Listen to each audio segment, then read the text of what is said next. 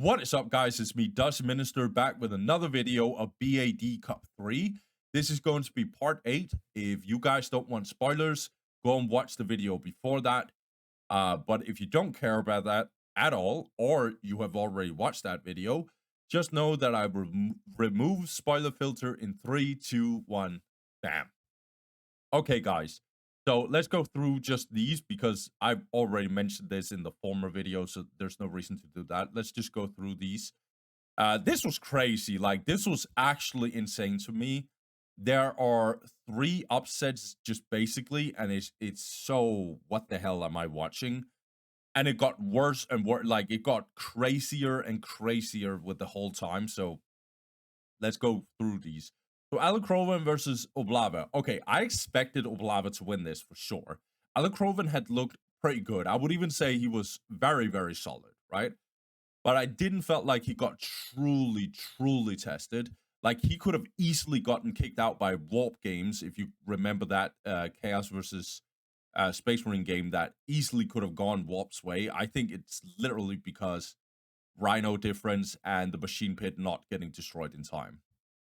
So, Alacroven, like, he also got kicked out by Archigon and stuff. So I felt like Alacroven looked really solid, but I didn't think that he was going to be able to beat someone like Oblava, who just was beating the Star. And I've seen the Star use that tactic against so many Eldar players on Quest Triumph.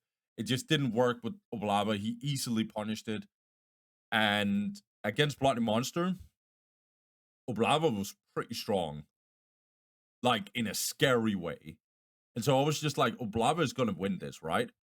Nope. Alacroven, he came in with a very, very strong strategy. Turret rushed Oblava. Nate Cold was so good. And in that case, I think Rangers didn't truly work. And yeah, I felt like Oblava was just constantly under pressure. It was really bad for him. And yeah, Alacroven had a good cap order. It was kind of risky, but when he did it, man, it worked. So yeah, I just don't know. Yeah, Oblava is out.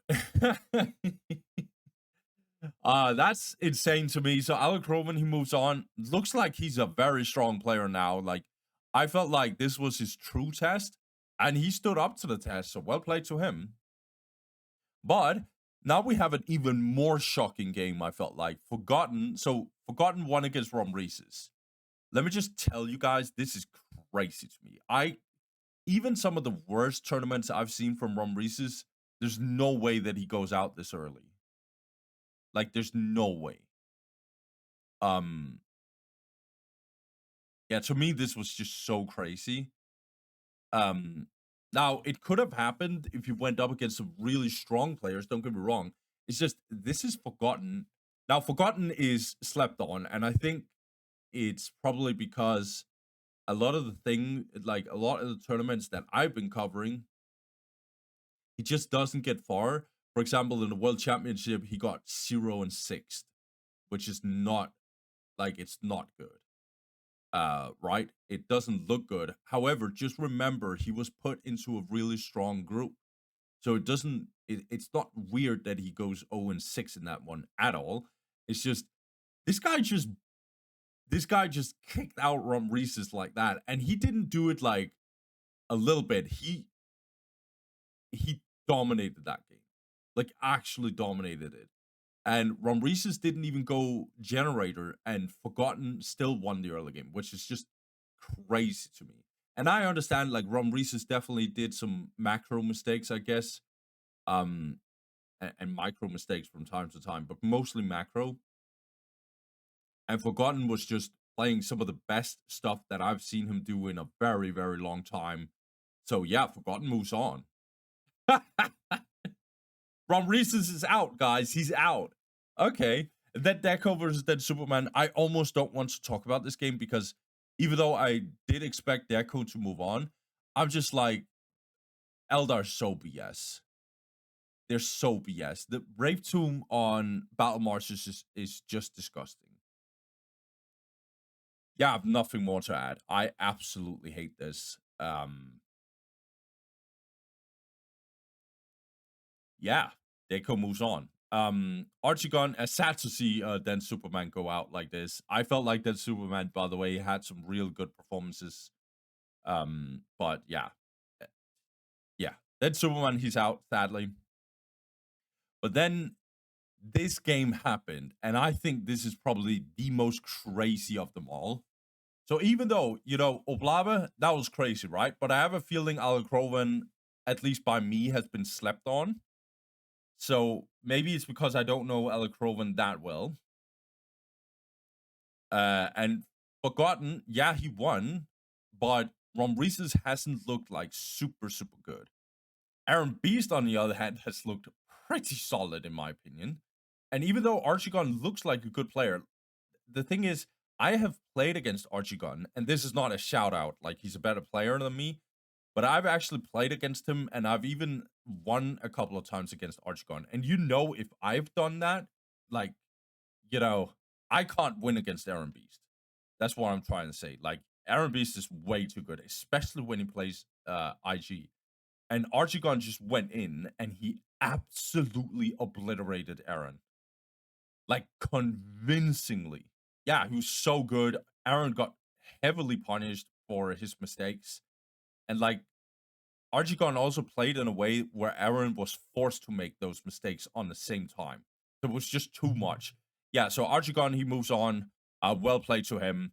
Aaron Beast is out. That is crazy to me. So yeah. That happened. That definitely happened. Yeah, moving on. So let's talk about the upcoming games. So this is the upcoming games. We got Blast versus Master Yoba. That one will be very, very interesting. I think Master Yoba will go Necrons. He does not like Orc Mirror, so I think Blast has a chance. I'm not gonna lie. But it's going to be very, very tough. Master Yoba is not a player you mess around with. And Master Yoba looks like he's in form, like he came to play. But I think Blast is going to be his first actual strong player to beat. And then Ataraxia versus Sork, that will be tough to judge, because even though Ataraxia should definitely win against Sork, like this is Eldar versus Space Marines, Sork looks dangerous. Like, he looks really dangerous in this one. You don't mess around with Sork. He's one of the best Space Marines we have on the server. He doesn't mess around Sork. So I think Ataraxia is favored in that one, but you never know, because Sork, yeah, it's Sork. Tornado versus Frenetic. Now, this one might get very interesting. I am not sure, because Tornado has looked really, really dangerous. But Frenetic, I don't know. Frenetic just hasn't been truly tested. Like, I felt like he easily destroyed Romreeses, but I also think that wasn't the best plays from Romreeses either. And then other than that, Frenetic, he went up against Burkerman, which I don't even want to talk about that. So to my, like, I need to see more from Frenetic. The thing about Frenetic is he usually gets very far. Like, he usually gets very, very far. It's just a given. He's very, like, he almost always is in the top 4. Almost. At least top 6. So by the end of the tournament, of course.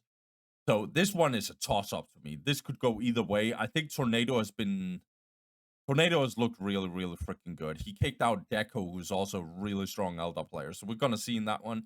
Tanyaphilia versus BloodyMonster. I think this is going to be a hell show for Tanyaphilia. I think BloodyMonster is playing Necrons. He's the best Necron in the world. And Tanyaphilia is playing Tau. Tanyaphilia doesn't give a damn. He plays Tau, and that's it. So this is going to be interesting. I think Tanyaphilia, however, might be the toughest matchup. Because even though Master Yoba is really, really strong player, Blast at least knows kind of what he's doing for the most part, and he's playing Orcs against Necrons. I'm really sure we're getting this, by the way. So, yeah, at least I can see Blast winning a game where I don't see Tanyaphilia winning a game. Like, I'm sorry, I just don't. But let's get into it, guys. Let's watch Blast versus Master Yoba. Let's start with that one. Right, so let's start out with this one. So we got Blastfurnace versus Master Yoba on Bloody Hell. The remastered, of course. Jesus Christ. So, on the left-hand side, we got Master Yoba. He goes for 3 scarabs. Okay, he goes for all his scarabs, in fact. And he gets a Necron Warrior. We'll see if it's going to be the Necron Lord or it's going to be double Necron Warriors. But yeah, just building his generator. And I think after this one, he's going to do a capture after it. A lot of Necron players, they like to start with 2 of these to build the generators. But obviously, all of this depends. And then on the right-hand side, we got Blast. Blastfurnace, he goes for a, hopefully, Gretchen as well. Oh, looks like he forgot. Okay. Just delaying himself a little bit. But yeah, 2 Slugger Boys, a Gretchen, the Boys Hut with Shooter Boys and Generator. So, this is standard build order here for Blast. That's good. Gonna see how his cap order is going to be because it's going to be important. I think these guys will go over here, actually. Yeah, so you want to be offensive here. I think you want to go over here and try and capture that. So, that's good here.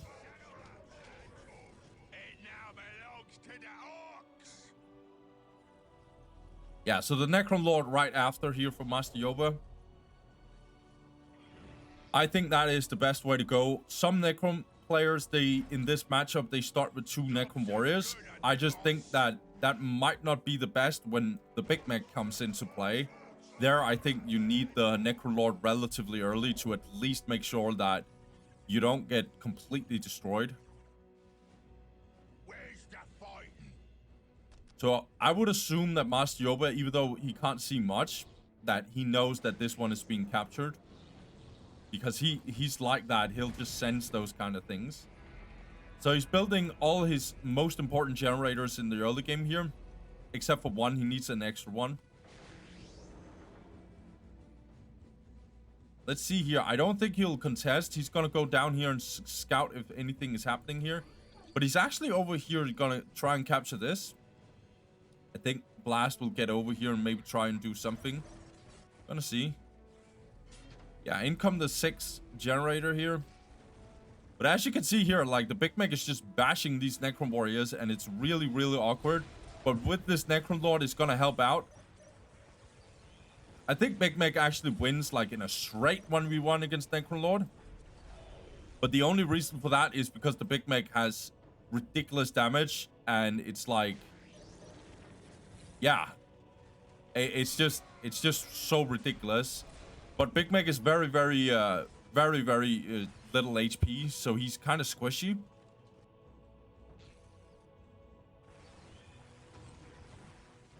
Using the light cover here, Blast. But Master Yoba, he just gets in range. And maybe we'll go melee here. Okay. I'm not sure why Blast is, like, doubling down. Maybe it's because he wants to secure this area here. But he's kind of taking too much damage here. Okay, so he's actually trying to upgrade this listing post here. Interesting. Now this summoning core is in here for Master Yoba. Let's see if he actually goes for a Necron Warrior upgrade. And oh my god, this is so good, by the way. I think Blast has to cancel this upgrade and then just do a counterattack over here. Oh, we got a decap over here. Yeah. Blast a little too late on this teleport here. It's not gonna cut it. He didn't cancel this upgrade either. I'm gonna lie, there's some few mistakes here that Blast is doing. Master Yoba is jumping over here trying to destroy this listing post.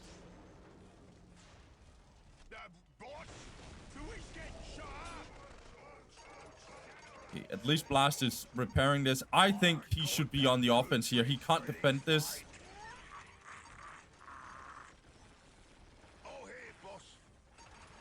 Okay. Obviously, it makes sense that he wants to defend here, so I just think he should be over here immediately. But maybe he wouldn't have time for it. I'm not sure about it. I didn't pay attention to exactly that thing.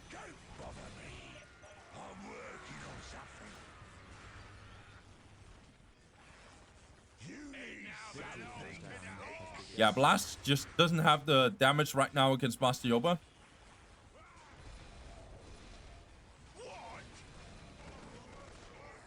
Yeah, Stone Boys would be really, really important here. And Master Yoba, he just gets out. He gets really good damage off, and now he gets out.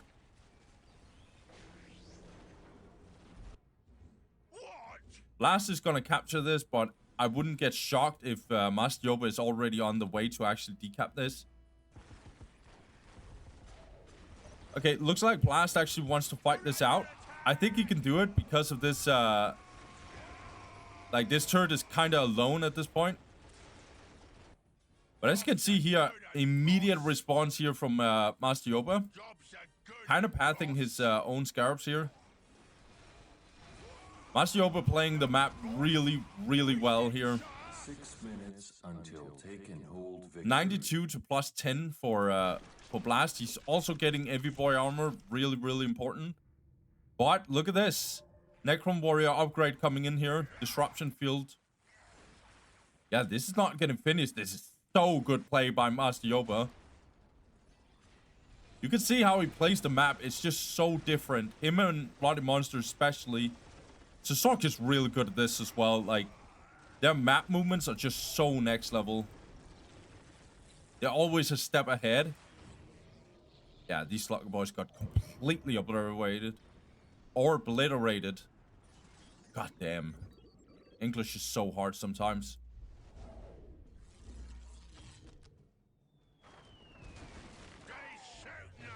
Okay, Blast is gonna get this wall banner here. And then an extra generator, I guess.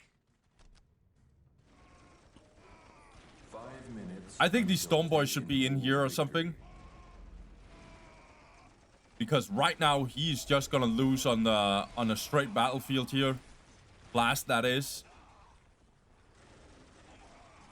Especially because Master Yoba has upgraded these Necron Warriors. But I'm not even sure if that would have saved him, because right now Master Yoba is just so clean in my opinion. He oversteps a tiny bit here. Blade ones are really effective right now. Decent kiting. But in comes some more Flayed ones. So he wipes one of them, and now the Necron Warriors are also coming from behind here. Okay. Not a bad teleport here by these Stone Boys are not doing much, to be honest. 4 minutes. Sadly, I think Blast, he should definitely play on more flanks, because he's slowly losing this game. He's trying to play for the relics.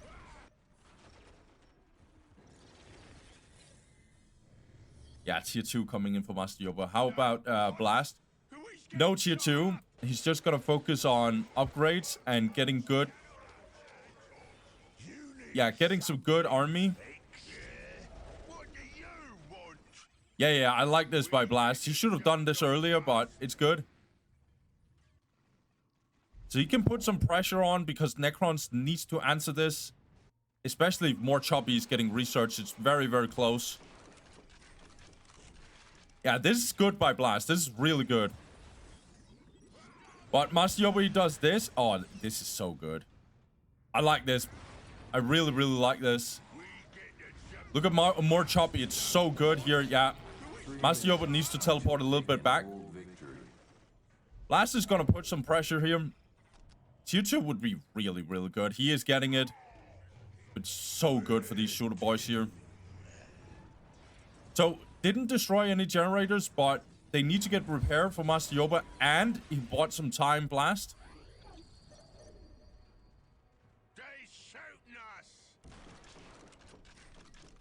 Okay, plus 80 for Master Yoba. That's a really good economy.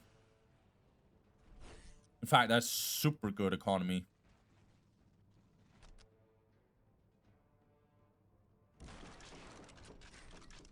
Last year research. Really important upgrade right now.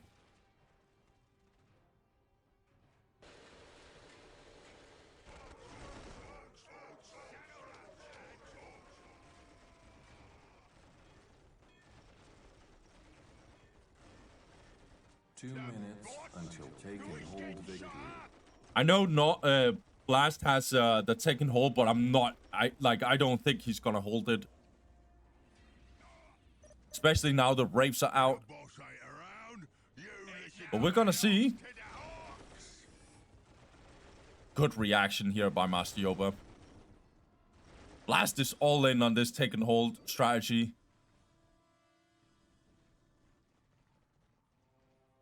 What do you want to smash? Knob's really good here. They work really, really great against the Wraiths. Problem is, Wraiths can just get in. This is so good. But Wraiths could just use their ability while decapping.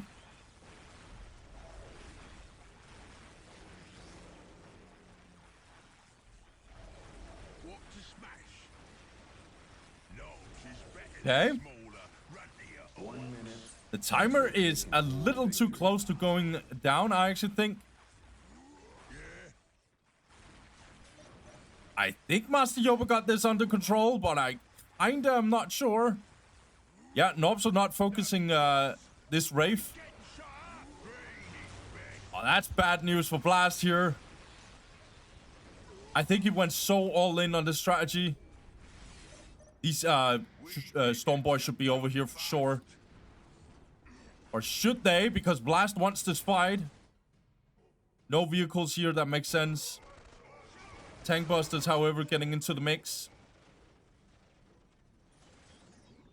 Victory countdown has begun. Tank Busters are really good because of the destroyers, obviously. to blow stuff up. But more choppy actually makes it so destroyers actually take decent damage from melee units. We'll rip their legs off.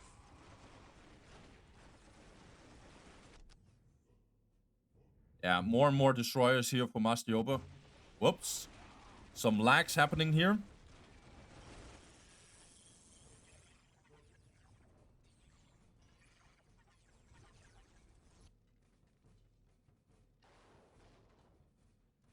Okay.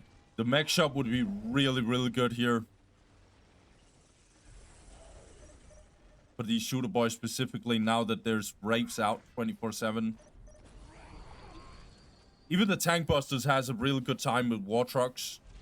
6 minutes until taken hold. And War Track would be really good against Necron Warriors, like disrupting them 24/7. But still, as you can see, like, Blast can't be sure that he's keeping his relics.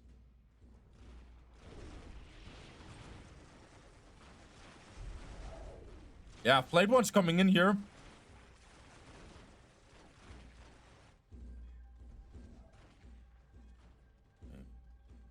Blast is not looking out of this game for sure. It's just he's playing against a player that doesn't make much of mistakes. However, now comes the War Truck. That's good. Too many shooter boys dying here. Take and hold is gonna get lost again. Yeah, he was about to produce a War Truck, but he's gonna focus on War Tracks.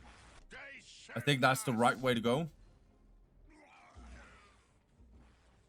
Oh my god, Blast, you need to control your... Oh my god, that is a huge loss. That's a massive mistake here by Blast.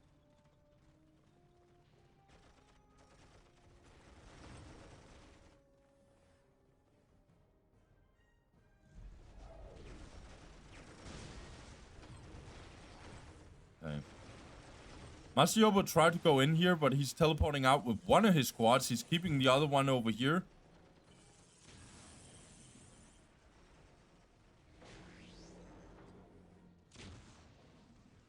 Let's see Orc economy. 110 to plus 40. Pretty good. Pretty good. More played ones. There's a lot of knobs in this squad. Maybe Blast actually could teleport in here and almost one-shot a generator.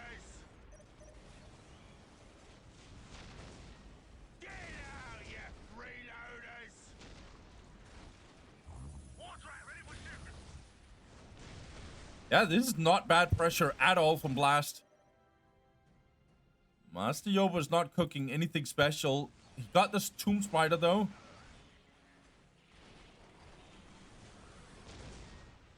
Loads of war tracks here. I like it. However, in comes the Immortals here. Yeah, good teleport here by Blast. He kind of has to do it. He can't afford these Immortals just to murder all his vehicles here. However, the Knobs are definitely taking some damage here. More Immortals are in the mix here. That's not good news here for Blast. All these Flayed ones, however, got absolutely obliterated. These Immortals are doing so much right now. However, Master Yoba is definitely losing something, but there's a lot of these shooter boys that's kind of getting damaged here. These Immortals are untouched. One war track went down, I didn't tell. This war track is also going down. God damn it, it is so good by Master Yoba. It looks so clean to me. It just doesn't do too many mistakes. Tankbusters needs to tie up these Immortals, but it's too late. And the Destroyer is just gonna get the job done.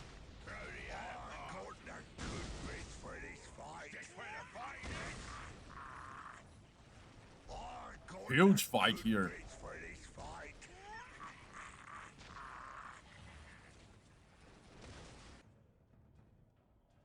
Yeah, Master Yoba doesn't change his economy because he doesn't have to. He would rather just focus on his army.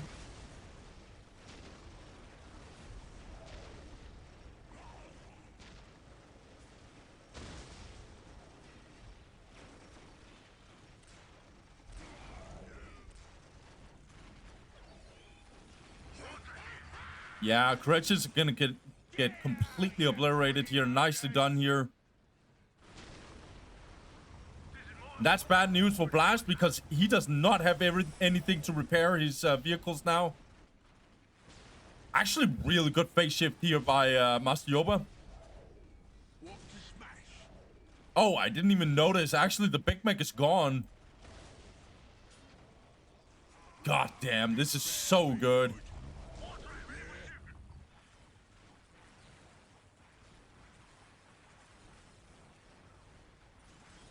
These destroyers are so problematic.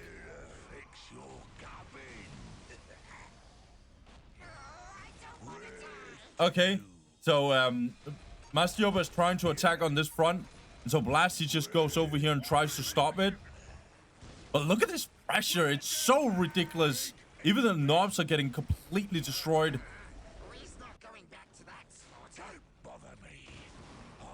Yeah, this is too much for Blast. This is so brutal.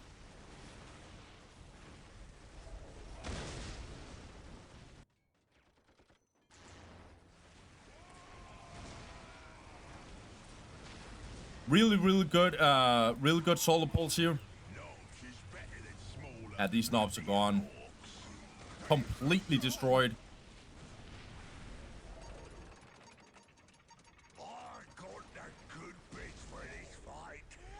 Yeah, one more banner also went down for Blast. So he's stuck at 44, 45 now.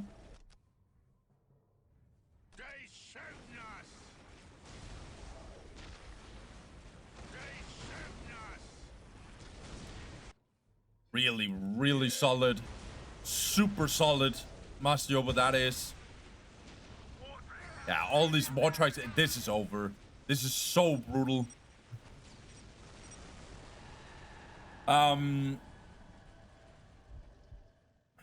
Yeah. A player like Master Yoba just doesn't make mistakes. It's so disgusting to watch.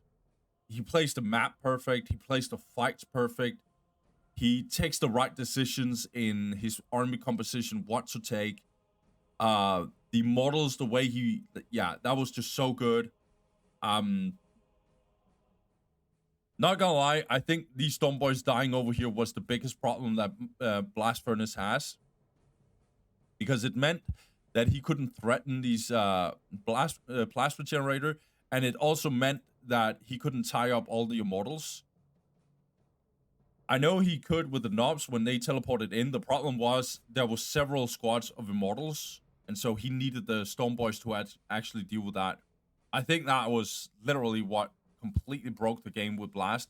he was always a little bit on the back foot because Master Yoba just doesn't make big mistakes. I just think that Blast just didn't have a true answer to Master Yoba's solid plays.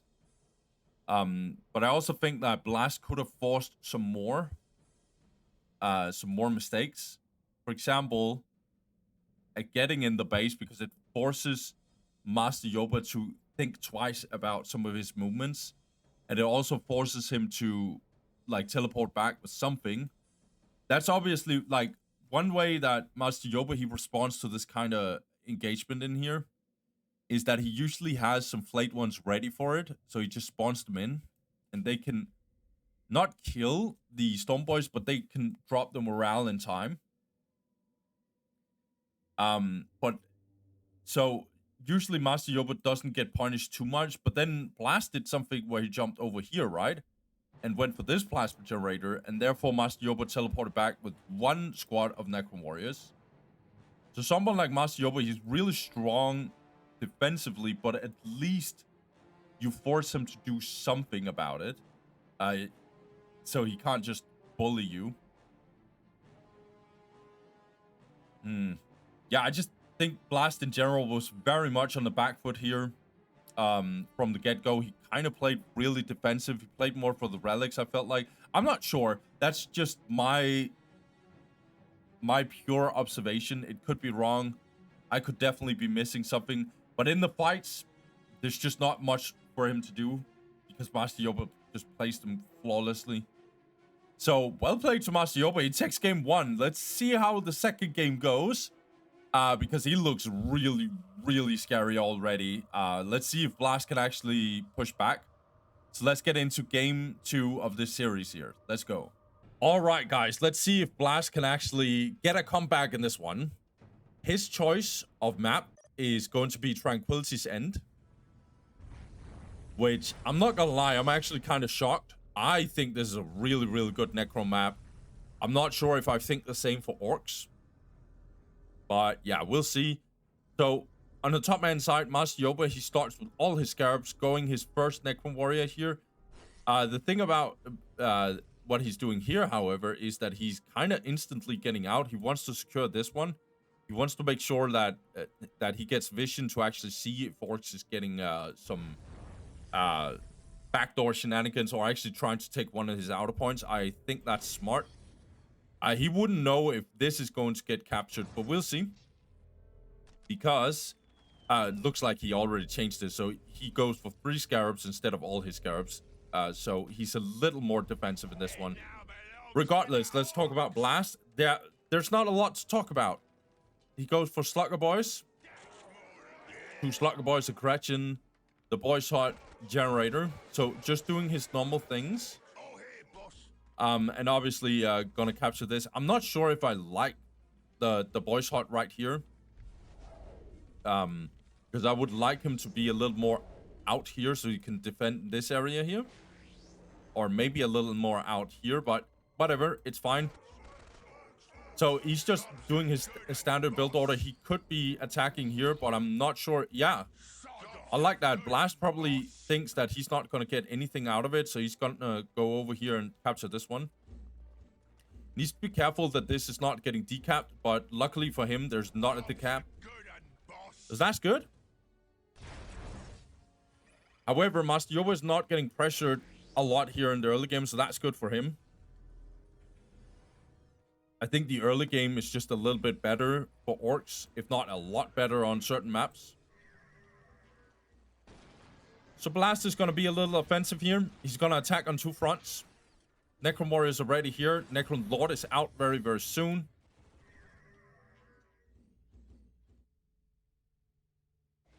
Yeah, just checking up on what Blast is doing here.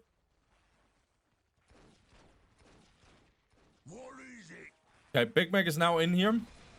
And as we all know, he absolutely destroys these Necron Warriors. They're kind of slow as well. So that's why Big Mac sometimes gets some good hits in. Necrolord is out here. No teleport here from Master Yoba because he knows that he has time for this. His obelisk is not going down anytime soon. Nice beam here by Master Yoba. He just upgraded this.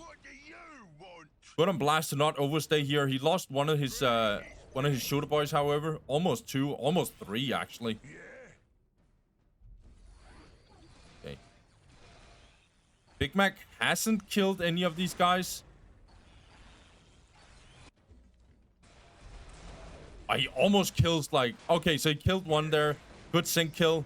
He needs to get the hell out of here, though. Okay. Good on Blast. He wants to attach himself to these shooter boys. Check here. Okay, it looks like Blast actually is trying to capture this. I didn't even notice it, but that's hilarious. He's not gonna do any of it. Or is he? He's now jumping in. That's very, very bold here. Let's see here. Now, Necrolord, however, instantly reacted. It's super, super bold by Blast. But I'm not sure if he's gonna make it, to be honest. Okay. Blast is like, I'm just not doubling down. I am tripling down on this. I like it. And that actually means Master Yoba has to kind of respond to this. This is interesting. But look at this. Master Yoba is responding. Oh, but he doesn't get the capture. Or the decap, I should say. What the hell am I watching? I kind of love this. Blast is definitely losing some units here. He can't kill these scarabs in time, so he's just gonna run here. I kind of mess with this, but Master Yoba is definitely gonna be able to handle this. I kind of like this, however. Let's see here if Blast is producing anything. And look at this, Master Yoba doesn't get to build his extra generator, so he's actually delaying that a little bit. He also had to finish this.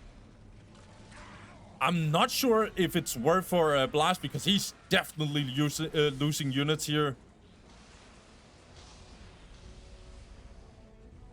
Okay.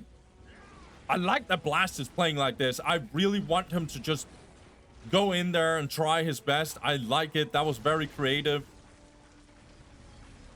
Yeah, and he didn't lose this either. A little bit of floating for Master Yoba. A tiny bit at least. But doesn't look like he is upgrading his Necron Warriors just yet, at least. Maybe he wants tier 2. Yeah, he's going tier 2. Okay, very bold. But Master Yoba knows exactly what he's doing, so... I guess he feels comfortable here. More shooter boys, yeah. So Blast is just gonna go all in here. Does he have his pile of guns? Very, very soon, actually.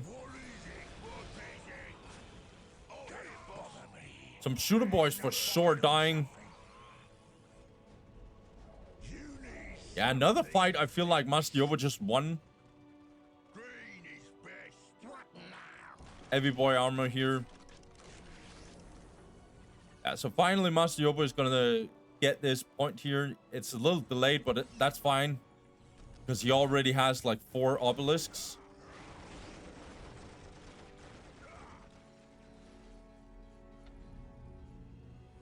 Forbidden Archive coming in. Some good upgrades here for Master Yoba's Necron Lord would be real good. Yeah, Blast is just gonna go all in here, I think. He needs to be very, very offensive here. And he will be. Heavy boy armor, instant Blastia research. Master Yoba, he's gonna respond with Wraiths. That is the best response to this.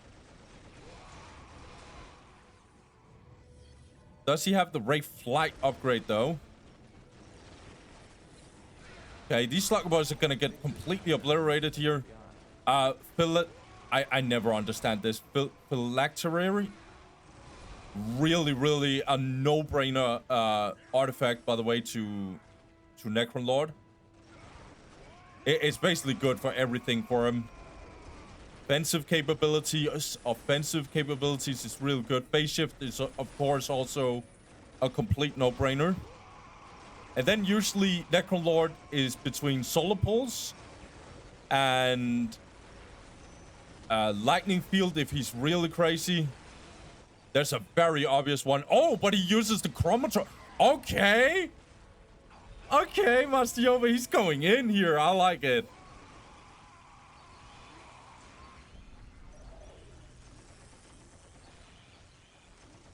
so annoying. There's an upgrade that I don't remember with Necrolord.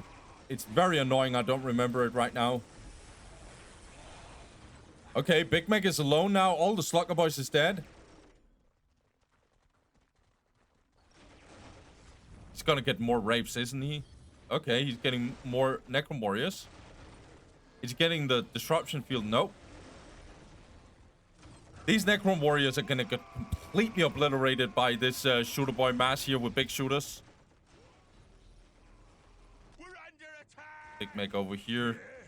Good backdoor here by Blast. Or Master Yoba.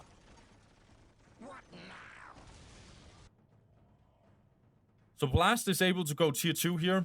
Or he is tier 2. He just needs the vehicles or the knobs. It depends on what he chooses here. I don't think he can afford both. Even though his economy is decent, 140 plus 20. Yeah, he's not going to go vehicles then. Because there's no way you can do that with these this amount of power. Tier 2.5 is also getting in here by with Master Yoba.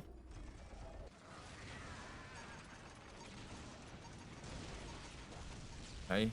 Decent defense here.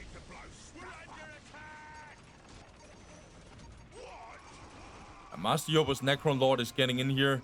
It still has the I want to say Chromotron, but I have a feeling it's not true. That's not the correct name, maybe. What do you want? Green is best. Here to green is best. More tank busters. I think Blast definitely sees it coming with Tomb Spiders and Destroyers. So that's why he goes these tank busters.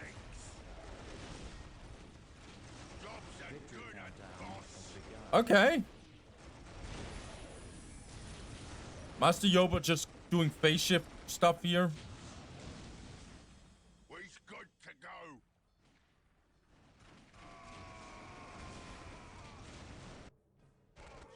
Yeah. Knobs really, really good here. Getting shot up. Where's the target? I really, really like the way Blast is playing. I think this is way better game from him here. Even though Master Yoba just doesn't do mistakes, Blast is at least forcing him to not mess up. However, speaking of messing up, these tank busters are gonna get completely destroyed. In comes some plate ones. They're badly needed. I feel like we need some frontline here for Master Yoba. Okay, Blast is teleporting out. He wants to distance himself and shoot from afar. But the Necrolord is also getting into the mix. Chromotron also getting in here. I don't know if it's Chromotron, but we don't care. In comes the big engagement. I love this, by the way, by Master Yoba that he does this. Hey, and this Tomb Spider is gonna be in heaven. There's so many dead Necron Warriors here and there. Okay. Blast is just... The problem for Blast is he just loses too much.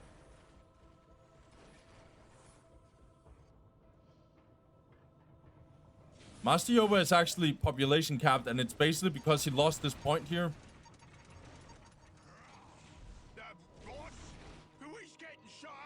Let's see here. He's plus 70, actually. Not the best economy, to be honest, for Master Yoba.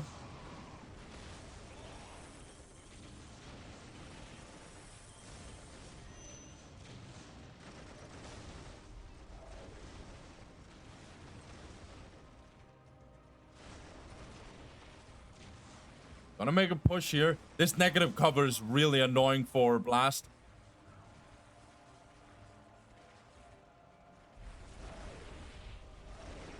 Look at all these rapes, man.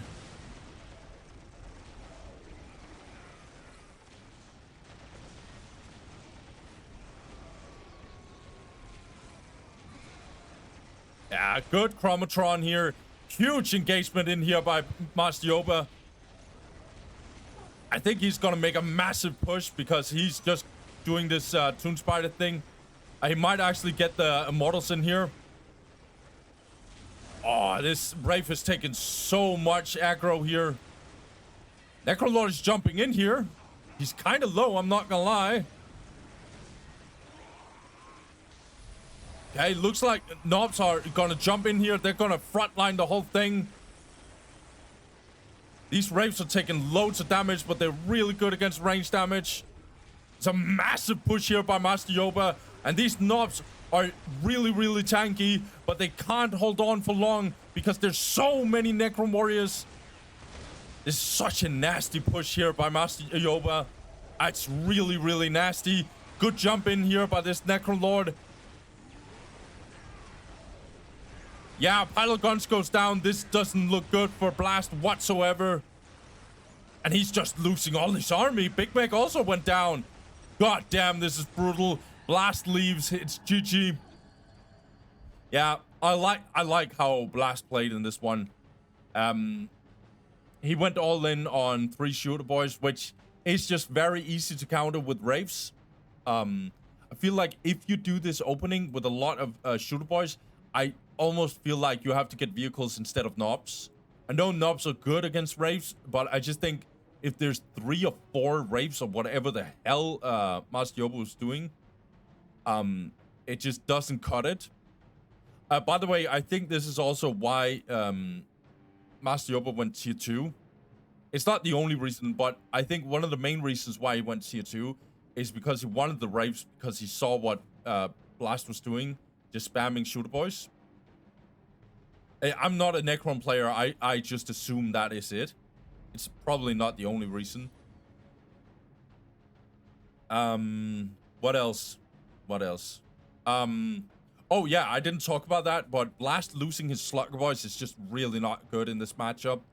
You want Slugger Boys to take the critical location, so you at least get more, yeah, you at least get more requisition, and you also get some map pressure in terms of taking hold and stuff. Which is a small advantage, but that can definitely make a difference. Also, like, decapping Master Yoba's critical locations, basically taking away like 15%, not 50, Jesus Christ, but 15% of the population, or a time bonus, a production speed, I usually call it. So yeah, the Slugger Boys getting killed that early was not good. But I liked the way Blast played. He was like, I don't give a damn. I'm going to go all in. The problem is Master Yoba is such a good defensive player with Necrons. Like, he's so good with Necrons in terms of the way he plays them defensively. So, yeah, you don't mess around with Master Yoba. That is what I'm trying to say. He's really, really strong as a player here. So, yeah, well played to Master Yoba. He moves on. 2-0 Blast, actually. And yeah, Blast actually goes down and loses bracket. So it's gonna be interesting to see how Blast is going to fare down in that one. But yeah, let's move on, see how that one will go. So yeah, man, let's get into it. So let's see the next series. Let's go. All right, guys, let's get into it. We've got Ataraxia playing Eldar, going up against SirZQRG playing as Space Marines. However, I have no idea why we're playing this map. I think this is such a good Space Marine map for this matchup specifically. Yeah, we'll see. So 2 Bone Singers, 3 Guardians, and Fleet of Foot for Ataraxia. He starts on the top hand side. Obviously go in the Aspect Portal and Generator. Usually you would go Rangers here for Ataraxia. It's always the standard stuff to do against Space Marines, and especially if you go 3 Guardians with grenades as well. On the bottom hand side, however, and this is why it's such a good Space Marine map, we have SirZQRG, who goes for Assault Marine build order. He basically builds Armory and Chapel Barrack on the same time. So obviously in that case you go for a Servitor instantly, and then 3 Scouts. You could go 2 Scouts actually on this map, but I think 3 Scouts is needed, especially on a map like this. So, yeah, now getting Assault Marines, that's really, really good. Assault Marines are so good on this map. That's, like, they're so spread out. All the points, they can just, take advantage of all these, terrain differences that Eldar is not even close to being able to do. Area secure. Except for their builders, I know, but it's not like damage units, so we'll see here. Position secure.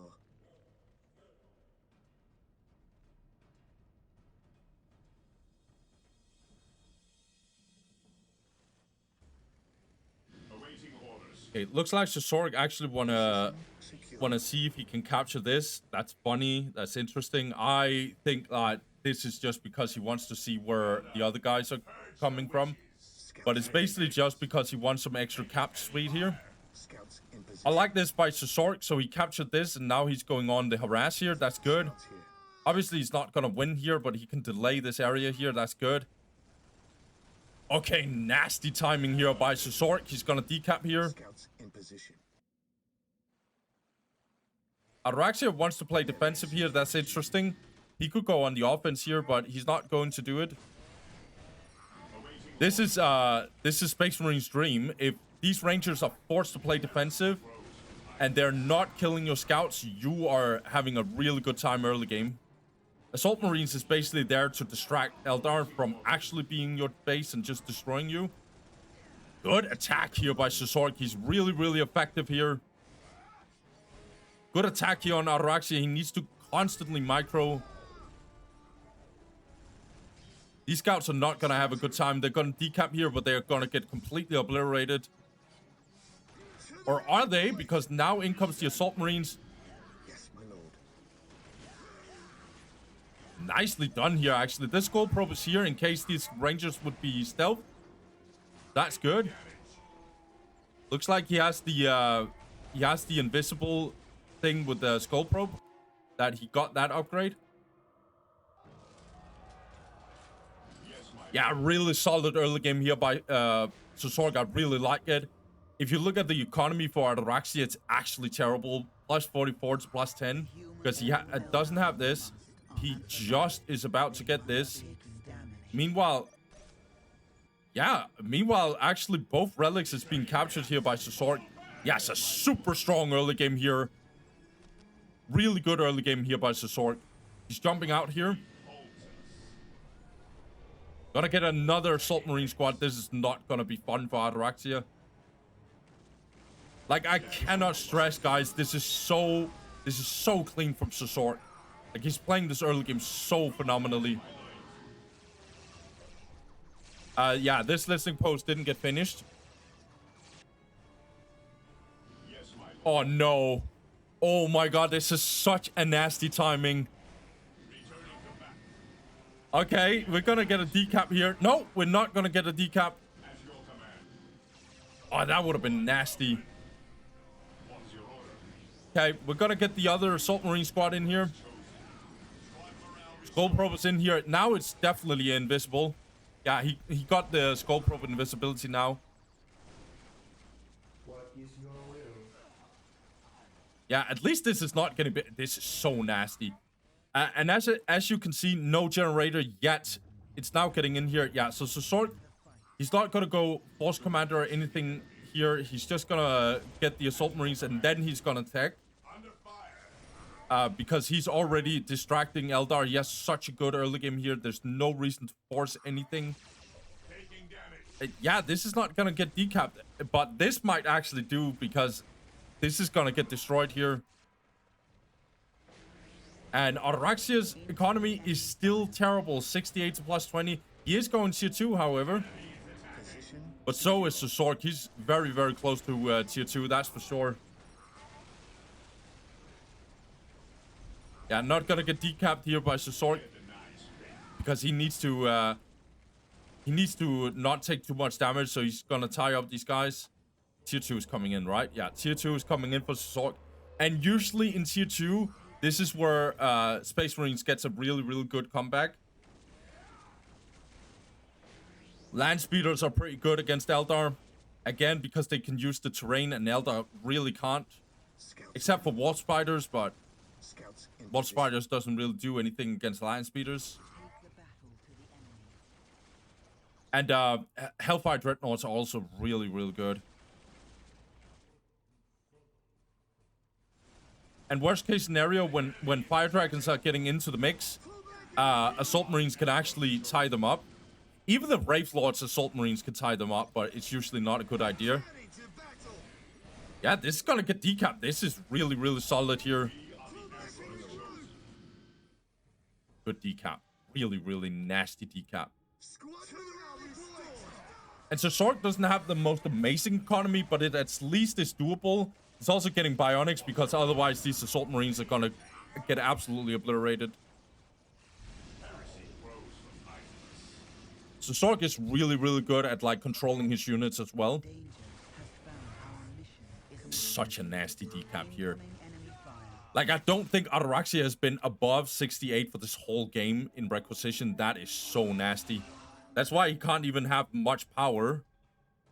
Like, he can't build generators because otherwise he would just completely crumble in economy in terms of requisition.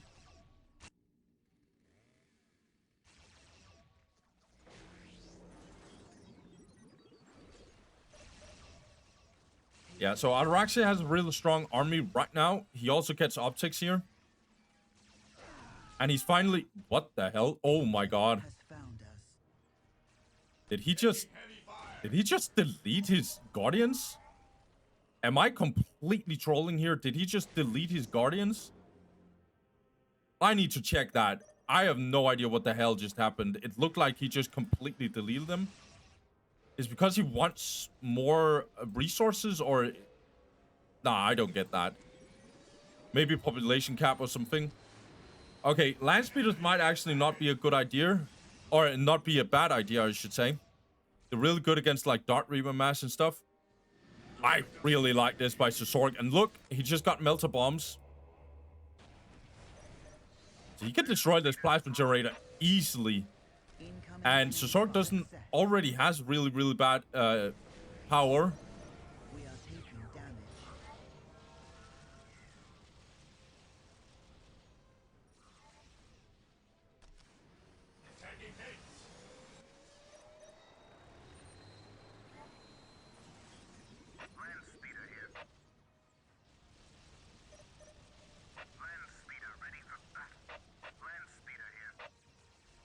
Yeah, this land speeder is gonna get destroyed.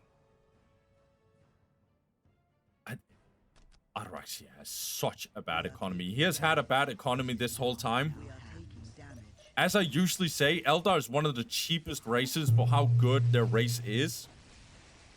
So sometimes they can just get away with this kind of bad economy here. But not for, like, not forever. Like, he's down in 68 again. Ataraxia, that is. Wanderers have returned. However, SirZQRG has horrible economy again. Alright, he's back to, like, he's down in 50 to plus 40, so that's really, really bad as well. But he has accumulated so much resources, and he has a pretty decent army here. So he can actually get away with it. Decent engagement in here. Needs to be careful. Don't want to lose your land speeders.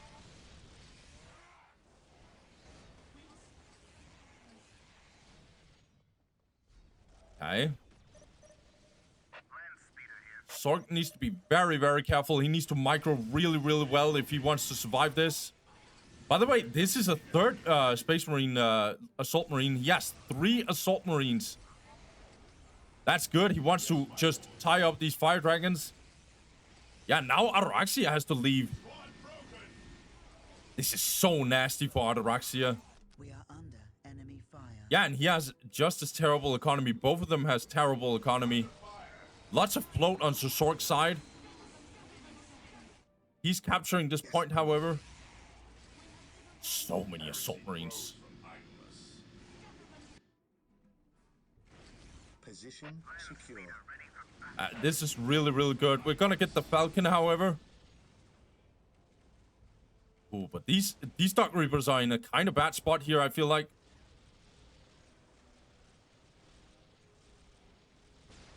Yeah, just be careful you don't lose your land speed to SirZQRG. Okay. Ataraxia is under so much pressure, actually. We are taking damage. The only reason why Ataraxia is not out of this game is because he micros so well. Like, he doesn't lose his units that easily. Good Falcon here. Oh my god, it's so low, actually. So Ataraxia is 56 to plus 20 right now. He still doesn't have, like, good economy. However, SirZQRG is not... Oh my god, this is disgusting. This is creative. I love it. Okay, nicely done here. Looks like... Okay. I actually understand why Ataraxia is doing this, but I actually felt like he had a chance. I just think this was too much. So... Yeah, I think Ataraxia would have played this one out. But I don't think Ataraxia knew that SirZQRG had such a terrible economy. Because we have the possibility to see everything. Obviously, he knows that SirZQRG is, like, rebuilding some of his economy. Also getting this global and stuff. So SirZQRG would have definitely gotten an economy back. It's just SirZQRG had such terrible economy for this whole game. Even his power income never got above 20.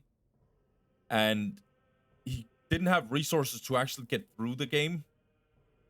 Even when he wanted, like, so he only had, what was, 2 fire dragons? Yeah, 2 fire dragons. And so 2 of them will just get caught off.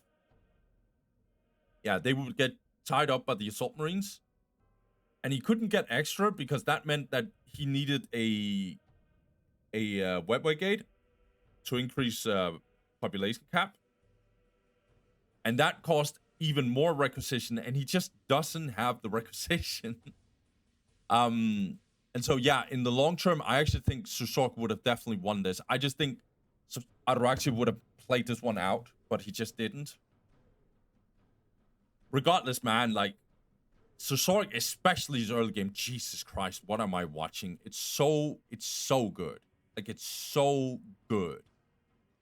And, like, you see this build order. It's not an easy build order to play. Not against an Eldar player like Ataraxia. But SirZQRG kept him in trash economy for this whole game.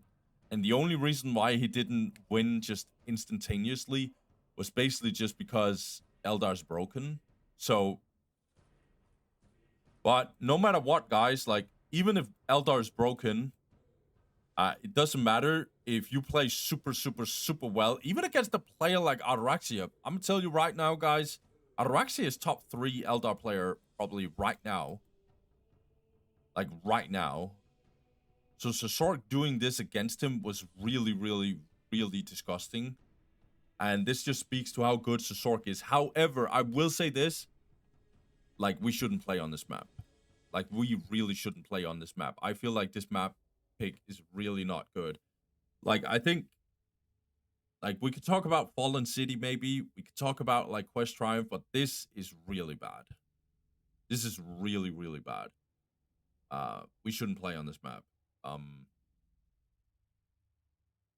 Yeah, I know that Eldar's not getting the Blood Rivers and the Shrine of Excellions and... maybe even Meeting of Minds, but like, not this map. This is one of the worst maps for Eldar in this matchup, I feel like. It's too chaotic for Eldar. It's just so hard for Eldar to play on this map against Space Marines, even against Space Marines, so. But we'll see. Let's see how the next game is going to fare. I think Ataraxia will get a better map than this, that's for sure. So let's get into it, guys. Let's get it. Let's focus on game 2 and see how that one will fare. SirZQRG looks very scary, so let's get it. All right, guys. So we got this one. We got Tranquility's End Remastered, SirZQRG versus Ataraxia. Same matchup again, Eldar versus Space Marines. Let's see if Ataraxia actually can get the comeback. It looks like he's doing the same opening. Bone Singer, 3 Guardians, Fleet of Foot, and going for the Aspect Portal. This is not a bad Eldar map by any means. Negative cover is real good for a race that has a lot of ranged units. And also, even though it's not a bad Assault Marine map, it is a less chaotic map because these 2 points are at least close to each other. And this relic is not completely far away from the rest. So, at least this portion is pretty good. It's more these 2 points that's really bad, and they can also, you can also jump from them to this. We will fulfill But I think SirZQRG will still go for Assault Marines. Yeah. Because it is the best option. It just is the best option here. It's only maps like Blood River and Shrine of Excellion you wouldn't go this opening here. There you would probably go like 4 scouts. But we'll see here. So same opening. Again, now you can see what I talked about. In position. 2 scouts this time. There's 2 upsides to this. One, you can get your Assault Marines faster. Objective. And 2, Scouts ready. you just in general, if you don't lose your scouts, it can be good in the long run. Just in general, because you get better early game, just in general. Yeah, I explained that kind of trash, but whatever. I think overall 3 scouts is better, but if you want faster Assault Marines, then this is definitely a good option. I like this by Ataraxia, however. Whereas, like, his Rangers before had to play really defensive. Here he's like, I don't care what the hell these Assault Marines are doing. I'm gonna counterattack you. That's good by Ataraxia. He reinforced them very, very heavily, though. Let's see here how SirZQRG is faring here. He also bought instant stealth here. Really, really good early game here by Ataraxia so far. I really, really like it. However, SirZQRG is also doing some pressure here. I like it. What would you have I us probably said I like it 3 times in a row. But I really do. Okay. But here, again, SirZQRG is still doing brutal damage here. He denied this. He's decapping this. damage? So it's kind of canceling each other out here. I like it. This gold probe is getting... Damn, I said that again. Okay, I'm trying to, like, not say I like it 24/7, but I really like it. I'm just gonna say it. So, The Wanderers have returned. looks like Rangers actually went down here. They probably wanted to kill some scouts, and they probably succeeded, to be honest. Scouts here. Yeah, they succeeded. So no, that was good by SirZQRG then. Ataraxia, I meant. So looking at economy, SirZQRG definitely has a worse economy this time. 56 to +0. Actually going in range stance here, I like it. Especially when it's down in negative cover. You don't want to overchase, so that's real good. Incoming enemy fire. Ataraxia, he also has bad economy, +50, but at least he has the generator. Our mission is successful. We are here to fulfill our So this gold probe getting invisibility is really, really good against Eldar because they usually don't want to go the Warlocks. So this gold probe being invisible is really good upgrade. Really powerful upgrade in general. Okay, so now SirZQRG actually goes for Space Marines right after. This is a more offensive version. He can get Flamers on it if he wants. Rebuilding his Scout Marines, I really respect that. Even though he already has these Scouts. Yeah, I like this. I really, really F with this by SirZQRG. Tying up these Dark Reapers, he definitely needs to do that. Let's see here, his Skull Probe is on his way. Yes, my lord. At your command. Okay. This turret might actually be a good idea to avoid any decaps and stuff.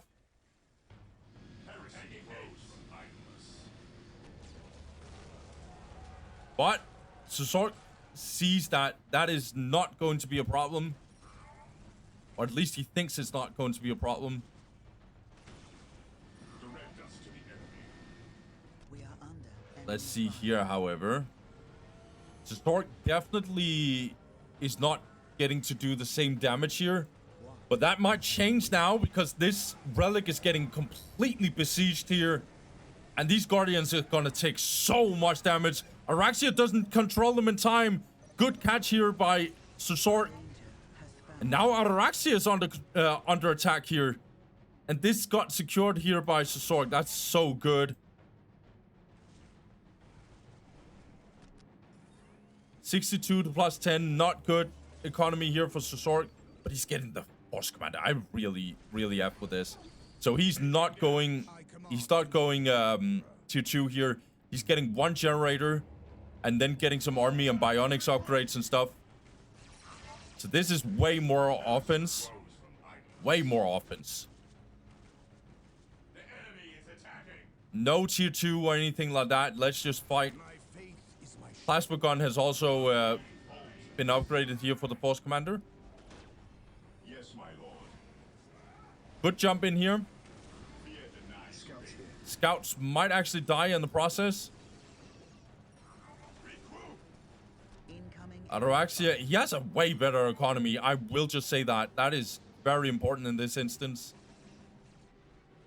He also has 3 Dark Reapers and he's going tier 2. That's good. He knows 100% that there's no way the SirZQRG is a tier 2 here. Our mission is successful. He's not even going tier 2. He's getting snipers. That is very smart. Snipers against so many Dark Reapers is so good.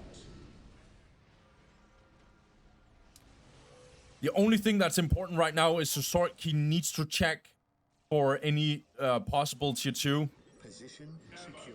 He probably sees it now, so he's gonna need to stop that immediately. He cannot afford a tech difference here. He definitely has a problem because there's a lot of units right now here, so they're gonna kill all his Space Marines if he doesn't work or move fast. Good grenade here. Is he wiping the whole thing? Oh, it's very, very close. Killing loads of Bone Singers here. Yeah, now gotta focus this support platform. That's so good. Sniper's getting here. Yeah. He's going all in here, SirZQRG. We are under. His economy is only 85 to plus 20. That's probably the best economy he's had this whole game. Kind of the same as Ataraxia. It's so hard for Ataraxia to actually out-micro this. This is a really good performance here by SirZQRG.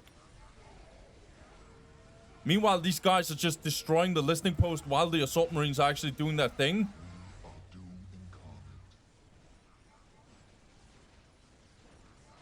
Yeah, this is gonna go down. Good decap. And this tier 2 never happened for Ataraxia. It never happened. And Dark Reapers are slowly dying. These Assault Marines are just not going away. Oh, and a whole wipe. This is too much for Ataraxia. It's GG. Huge performance by SirZQRG. Huge. Absolutely massive. This is what I told you guys. This Space Marine player, you don't F around with this guy. Him and All Seeing Eye are just so good at this race. It's really mind-blowing to watch. Yeah, a couple of notes here. Ataraxia had a way better early game here. But I think so I've actually watched a lot of games from SirZQRG. He does not map hack. Like, he just doesn't. And also, whenever these guys play tournaments like this, I know SirZQRG always streams. Like, he always streams. But it's sometimes when he plays, it looks like he's map hacking.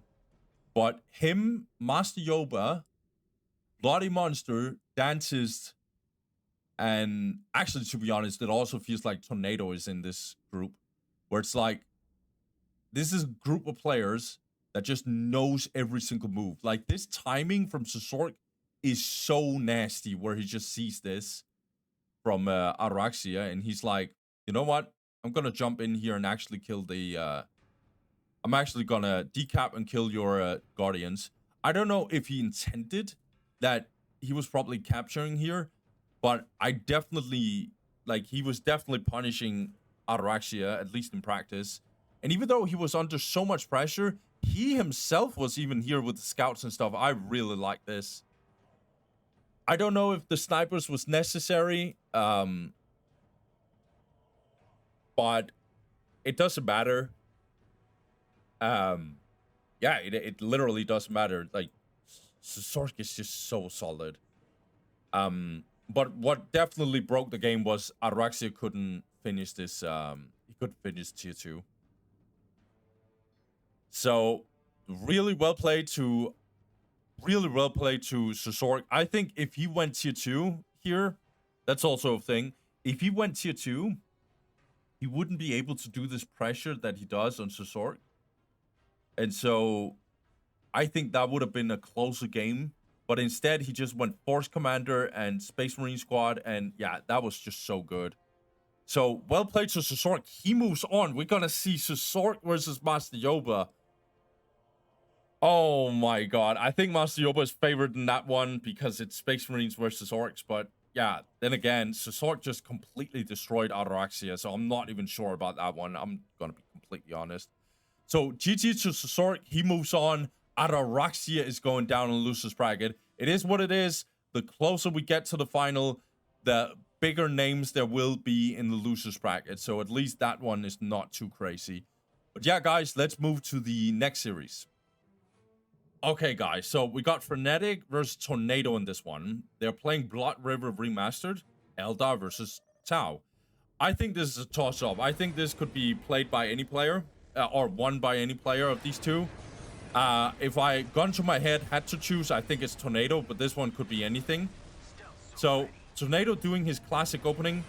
2 stealth teams, Earthcast Builder, a 3rd stealth team, Jetpack, Tau Barrack, and Plasma Generator. I would get shocked if he doesn't go for the Tau Commander. And then on the... Okay. Yeah, we're definitely getting Farseer here then. Yeah, we're getting Farseer for sure. Usually when you see Eldar go for this, when they build these two things at the same time, they get the Farseer.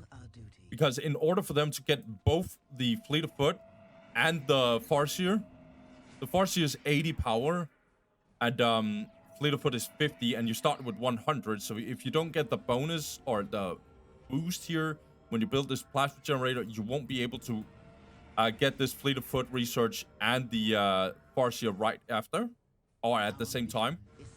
This isn't a problem if you go 3 Guardians, but it definitely is a problem if you go 2 Guardians. So that's why you see this opening here, or the way they build it. So Farseer first. I've said this several times. Farseer is real good against Tau Commander. Really, really good against Tau Commander, actually. Mind Wall is just so good against him.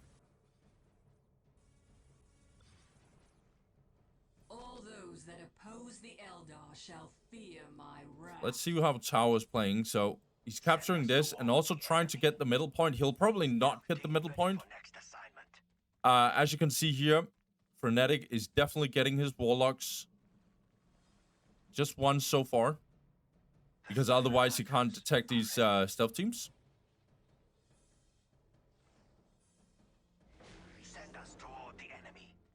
Oh, obviously, another reason why Farseer is so good against Tau is because if you spot a stealth team,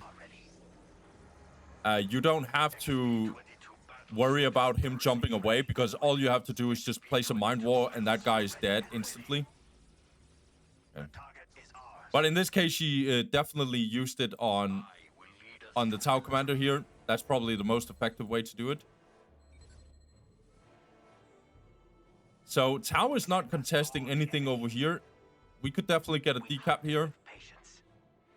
It is a little risky. You would have to reinforce, but... Okay, so we're getting the Vespers here. We're also getting Dark Reapers here. He researched the Dark Reaper thing that I always forget, the blob here. So 2 Dark Reapers right after. Good early game here from Frenetic, to be honest. Farseer is just gonna hunt down the Tau Commander. I really F with that. Earthcast Builder getting killed here. That's good. This Plasma Generator, however, is definitely going down. This is gonna get secured here by Frenetic. Fire Warriors into the mix. They'll definitely lose in the early game against Dark Reapers. Tau Commander is getting hunted down. One listing post, however, got upgraded here. Pretty good Psychic Storm, to be honest. Vespit's definitely taking loads of damage. Tornado needs to be very, very careful. That's a lot of Vespits. That's a whole wipe.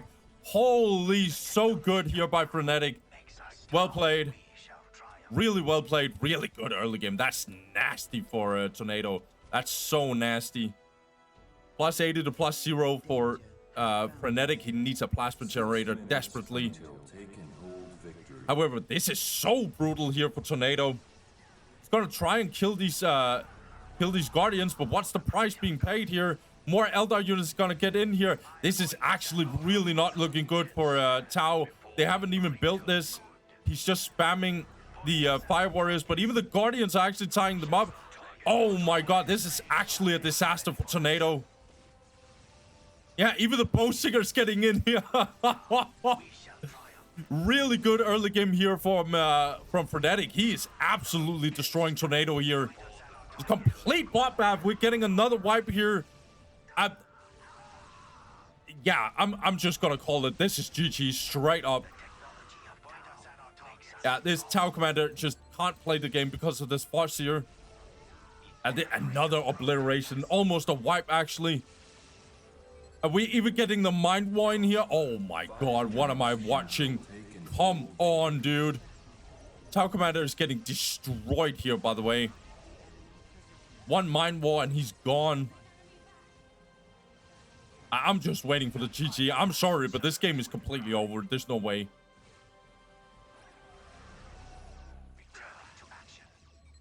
This listing post might actually just go down.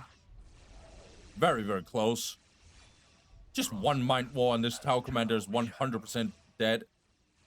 On Commander Armor, you deal at least 330 damage. So that's really strong. A Tornado knows this is over. I'm just waiting. He's not leaving here. So, yeah, he deletes it. Yeah, that was an absolute disaster for Tornado. He's not going to make the same mistakes for sure. But those Vespits got completely obliterated by the Psychic Storm and all the firepower. And they tried to get away, but it was just 1 second too late. And yeah, so Tornado just lost his Vespits. That was the first blow. And then he got a bunch of Fire Warriors, but they just, like, Fire Warriors isn't so good if you don't get several of them. And so, yeah, and Frenetic was just super, super offensive. He saw this win, and so he just did anything in his power to just destroy Tornado. One thing I, however, will say is that this is actually a really, really good Eldar map. And honestly, this is a really, as I said, this is a really, really good Eldar map. And honestly, in my opinion, this is like, yeah, this is not a good Tau map. I'm just gonna say it right now. It's not a good Tau map.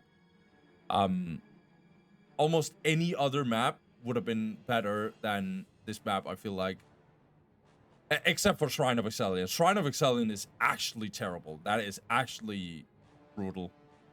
But yeah, any other map would have been better, I think.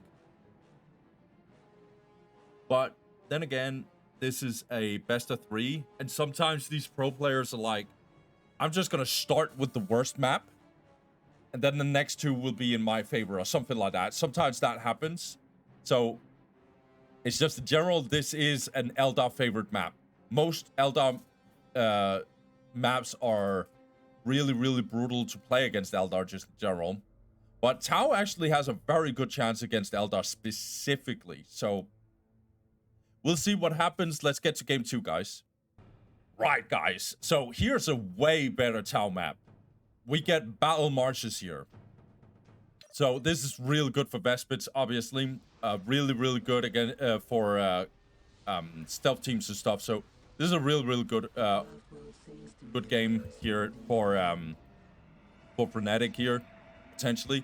So he might actually go Farseer first again, because at this time he has 3 Guardians. So And he's not going the fleet of foot so far, so this actually indicates to me that he's going for the Farseer. Yeah, and he is. Farseer first is definitely viable against Tau. And yeah, you all saw why. But here you can see he only has 20. So that's why he's kind of just delaying his power here. And the reason why he used even more power is because he went for Warlock, I think. So now he's able to actually get the fleet of foot. I didn't. Yeah, he did went for a Warlock here. 15 power. Yeah, that's a lot. Okay, whatever. Let's actually talk about Tau here. Yeah, same opening. Yeah, and judging by the timing, it's the exact same build order that he does. So it's like 2 stealth teams, Earthcast Builder, and another stealth team, and then jetpacks. And Tau Commander. He might go a little more offensive in this time, actually get some flamers and stuff. I don't think he will, but he could do.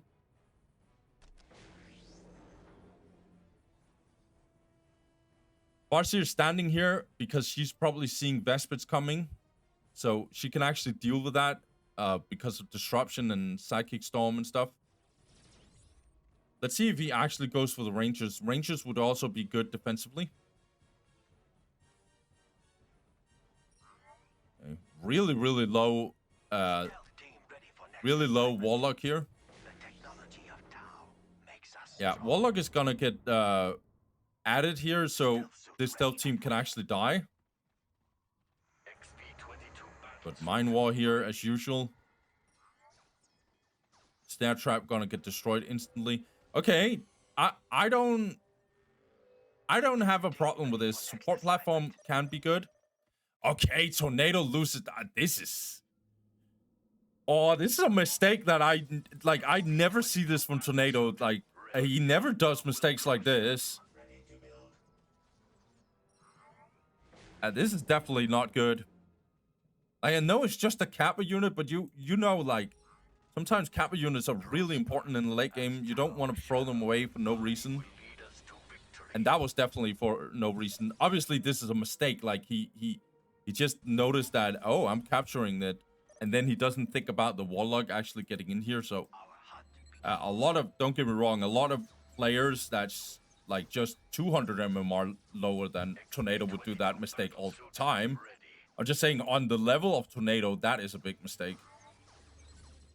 Alright, good engagement in here by Frenetic. He's playing this very solidly, I feel like. Okay, getting more Dark Reapers. He wants some power against, he wants a real good firepower against Tornado. Tornado doesn't go for Vespids. I actually really think that's interesting. Now he goes for the Vespids. He delays it a little bit. He wants some Fire Warriors to actually deal with this onslaught of Dark Reapers. Now he's going to see the support platform, but this support platform doesn't deal that much damage to the Vespids. Okay. Decent army here. So the reason why this stealth team is definitely up here is because it wants to give visions to these Fire Warriors. Fire Warriors have a terrible sight range. It's really bad.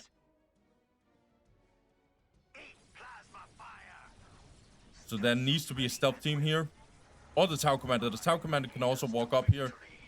But speaking of the Tau Commander, look at that damage. It's so nasty. Frenetic is obviously trying to hold this position because he's capturing here. And he's winning. Okay, I like this by Tornado. I really F for this. So he's going in here with the Vespids. That's good. But these Croots are in here because he does not want Frenetic to just run him over. And he kind of prepares for that. I think that's why he gets this Snare Trap. Good jump in here by these Vespids just in general. I like the decap. He just needs to make sure he doesn't lose another stealth team. Looks like Frenetic tries to go in here. Decent micro. It's not bad, but good on Tornado to not lose it. This stealth team might actually get jumped here. Frenetic should remove Fleet of Foot. Yeah, again, this This stealth team getting killed here is not good. It just isn't. Okay, let's look at the Vespers, however. Don't jump in here. That's really, really smart. Doesn't necessarily have to go for the generator. Okay, nicely done here.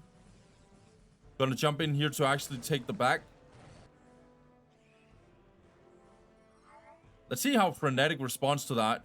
He can't be happy about it, that's for sure.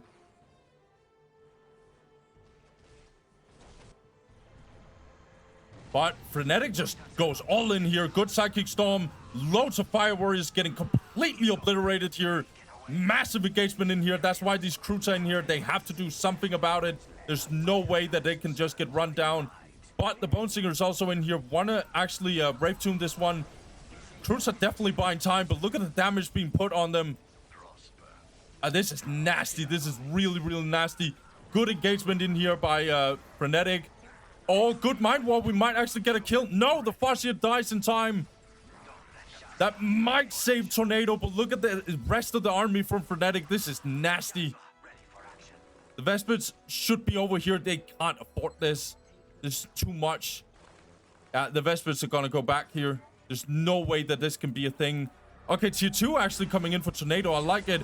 Okay, good stun here by Frenetic. Nicely done here. Oh, this is complete bloodbath. Tornado is going to get completely destroyed again. Oh my god, this is nasty. This is so nasty. Vesper's going to get really, really destroyed here. Look at this army from Frenetic. He's not giving a damn. He's just reinforcing everything. Advanced Pulse Rifle. Yeah, that's good if you had Fire Warriors, but they're all dead. Oh, this looks like another stomp here from Frenetic. He's not going tier 2 whatsoever. Rebuilding his Farseer. None can stand before the greater good. This is such good performance by Frenetic. I knew this guy was really good, but we haven't seen him tested in this one.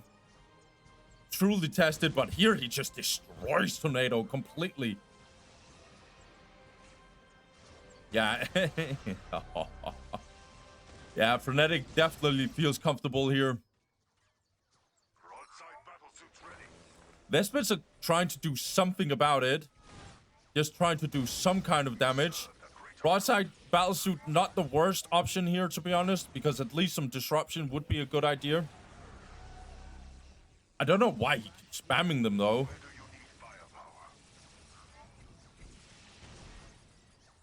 I think he just wants to survive to some extent. Also, they're decent against the webway gates. Nah, this broadside battlesuit is not going to do anything. Tower Commander is getting killed. Mind War just completely obliterated him. And this game is just over for sure. Tornado can't survive this. This is just too much. Too nasty. Too everything. Even Brave Tomb comes in here to say, yeah, even the small reinforcement that's not going to help you at all, yeah, even that I'm gonna block. So this game is over. I'm basically just waiting for the GG. Nope, no GG. We're just gonna get deleted buildings here. I know a lot of people will say, look how broken Eldar is, but so Tornado, he went to tier 2. He probably thought that was enough. But yeah, Frenetic doesn't even consider tier 2. He only gets like 2 plasma generators.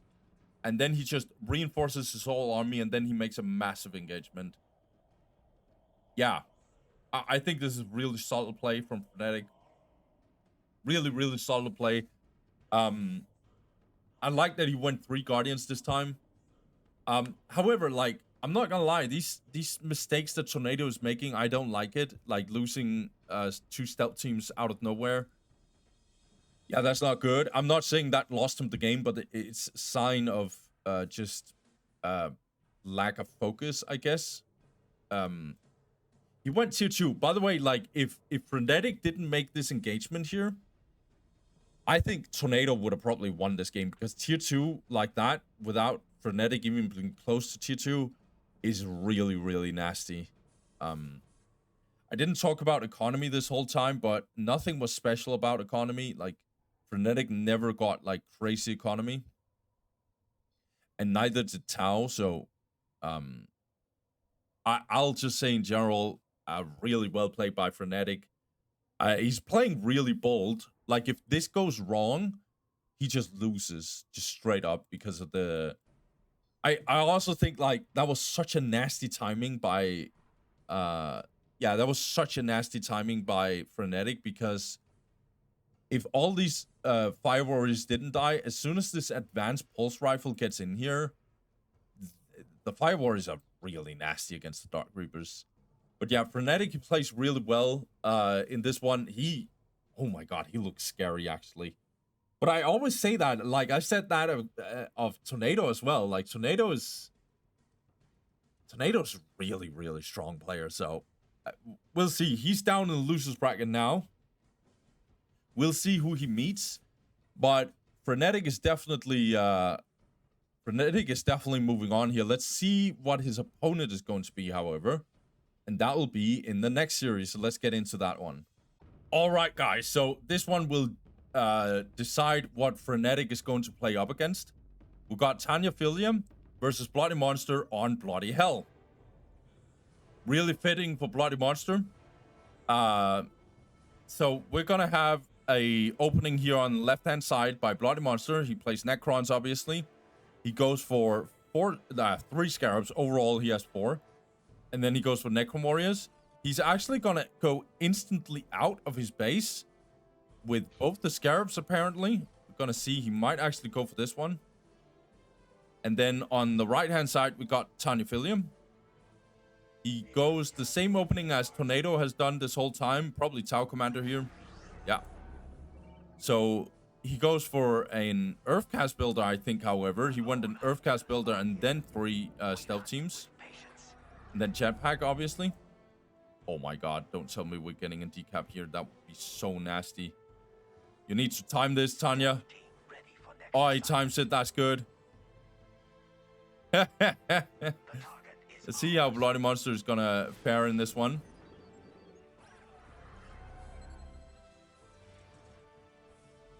Yeah, so obviously delayed in terms of economy and production speed here from BloodyMonster. He's not getting the most out of this, to be honest. However, this is getting delayed for sure, so that's good. And this will probably get decapped. These Scarabs shouldn't be idling. Just a small mistake here. I like this by Tanyaphilia. Then he's like, okay, I'm gonna decap your stuff as well. Okay, Tau Commander gets in here, but he's not gonna be able to stop this, however. And he knows it. That's why he's doubling down on this. You want to 100% make sure that nothing is happening here. Nasty decap here. Yeah, this guy is definitely gonna build this listing post here. However, the Necron Warriors could easily get up here.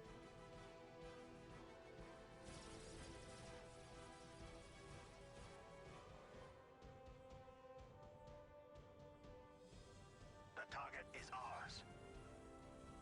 Tanyaphilia is gonna easily build this. That's good. This is a horrible matchup. Like, I think I've already said it. This is a horrible matchup. Really, really bad. This Earthcast builder will die in time for sure. Kind of a problematic snapshot. He should have hit one of these Necron Warriors. Not even sure if he would have killed them. And speaking of killing, Necron Lord is in here, so this Tau Commander needs to get the hell out of here. Tanyaphila's economy is not the worst. Or the best, I should say. 62 to +10. But then again, BloodyMonster, not the best economy either, but it's ramping up very, very fast. He's +40 right now. So, this isn't a good economy either. But it's definitely increasing way faster than what Tanyaphilia is doing, that's for sure. Speaking of Tanyaphilia, he's getting more and more Fire Warriors.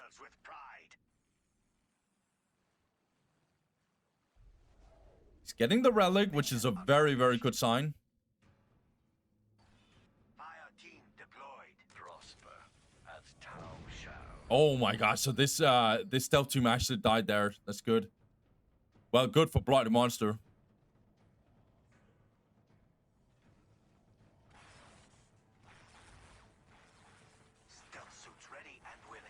This listening post will 100% go down. There just isn't any response here that Tanyaphilia can make. He cancels it. Interesting.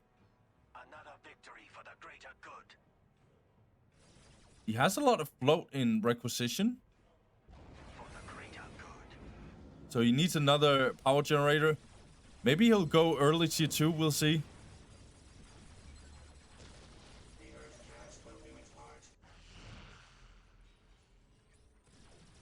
However, tier 2 is where it gets really nasty in this matchup.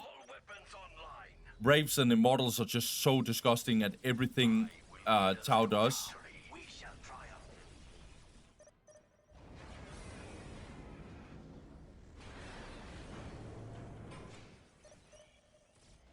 But Tau isn't good early game either. Like, for the most part, Tau is kind of questionable in the early game.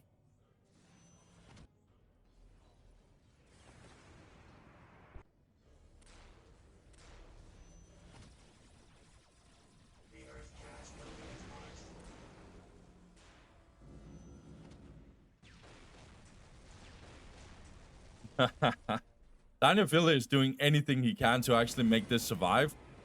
And also, I'm not gonna lie, Necrolord definitely takes more damage than he's supposed to. Tanyaphilia is going all in on repairing this. Oh my god, big critical strike there from the Necrolord. Hey, good. This actually gets saved.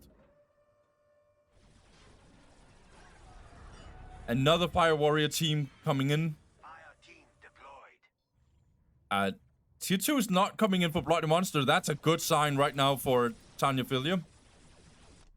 Let's see here what... Oh, now tier 2 is coming in.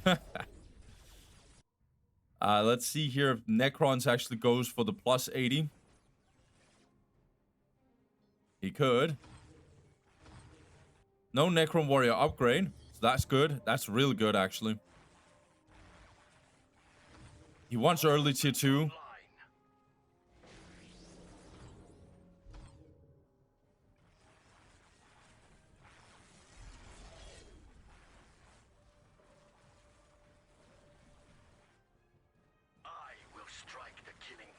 Blade ones are so good against Tau as well. Way too tanky. Necrolord is really, really low, however. It can prove crucial. Against Necrons, I actually think Barracudas is better than people give it credit for. Sometimes when I see Barracudas in this matchup, it actually works really well because they can easily deal with the plasma generators. And I get it, like, Immortals are real good, but at least Immortals are slow. Whereas, like, the Devilfishes, they just get one-shot by the Immortals, like, completely. I know why we're getting the Devilfishes, of course. But everything that Necrons throw at it, it just gets detected. And Immortals literally one-shots them, so... But yeah, if you don't have the Devilfishes, the Wraiths will just be completely disgusting to play against. So obviously we're gonna get a... We are obviously getting Devilfishes here.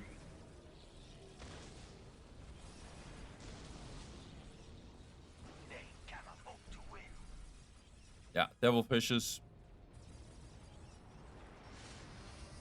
By the way, I know you guys are watching right now Tanyaphilia going for these vehicle beacons. All 3 units, all 3 builders on them. Only 2 actually does something.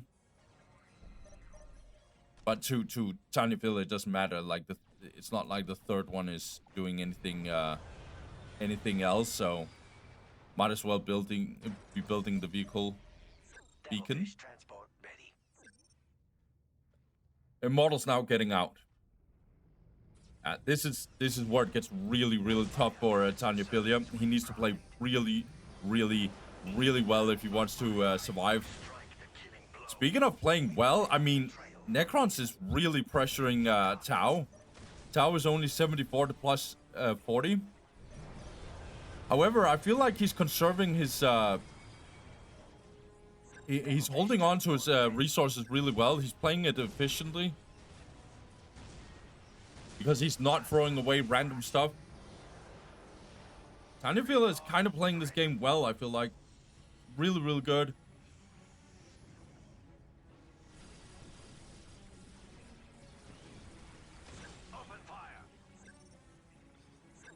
As soon as these models are coming in, it's gonna be a problem.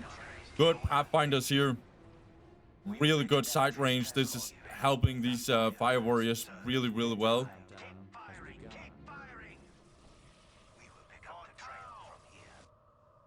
Yeah, look at this one shot on Devilfish. It's so nasty.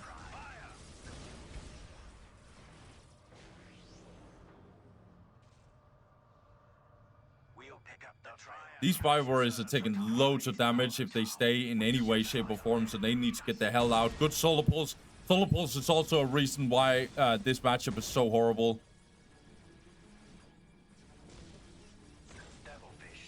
Just pretty much everything Necrons has in tier 2 just counters everything that Tau has in tier 2. Speaking of Tau, 62 to plus 50, so it just gets worse and worse in terms of requisition. I think Tanyaphilia needs the global, but he's also getting it. That's a really, really good choice. 2.5 coming in here for BloodyMonster. I'm not gonna lie, I actually think Tanyaphilia, for what it is, actually plays pretty well. He doesn't throw away his units randomly. He does nothing that's kind of like making me go, what the hell is he doing?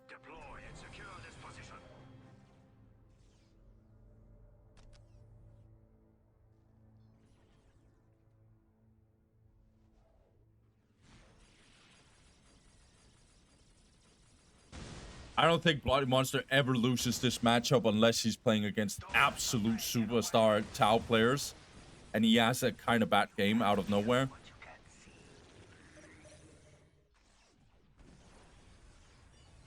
Pathfinder's getting caught out. They need to get the hell out of here. Actually ends up marking this Necron Lord. Interesting. No one is shooting at him. There's such a nasty push here by BloodyMonster. He's got to go in here. He has a really strong army right now. Good nasty solar pulse. No, it's not doing anything. Forget what I said about the solar pulse.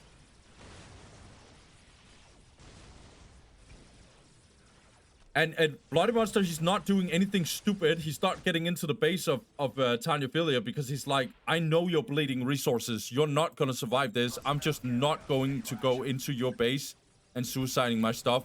Oh my god, this is not good for Tanyaphilia. He just gets caught out here. Kind of a big mistake here. All his fire warriors are getting completely obliterated. He tries to go for the Kaon command post, but it's not going to make him work here. Okay, Barracuda is out here. GG. I think the Barracuda came in too late. I really think Barracuda's here is real good. But yeah, Tanyaphilia just made the game-breaking mistake. To be honest, like, I don't think you can win this matchup. It's so bad. It's so bad. It's really up there with, like, Eldar versus... Oh, not... Dark Eldar versus Chaos or something like that. It's really, really bad. Or Orcs versus Sisters of Battle. It's, like, in that category. Space Marines versus Eldar. Like, it's really, really, really bad.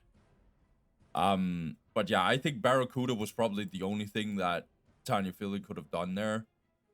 Maybe that one a little earlier, and then I know it sounds easy, but not throw away your devilfishes, but they're so squishy. Like, Immortals have to look at them and then they just die. But GG, Tanyaphilia, he is now having to pick the next map. We're gonna see what he picks. But yeah, well played to BloodyMonster. He's just so nasty to see when he plays Necrons. So let's get into game 2 and see what happens. Okay, guys, so let's see if Tanyaphilia can maybe get a comeback. I think it's unlikely, but we're gonna see. If he doesn't get a comeback, we have had 4 2-0s in a row. So let's hope Tanyaphilia somehow finds out what the hell he's supposed to do. BloodyMonster, he goes for 3 Scarabs here, and then a Necron Warrior already going in here with his Scarab. Kind of disgusting. I'm gonna build his... No, he's gonna... I can't do this. Okay. This obviously will delay his economy, but he probably bets on Tanyaphilia to delay even more economy himself. I think this is the reason why Tanyaphilia is going so deep with his Kappa units.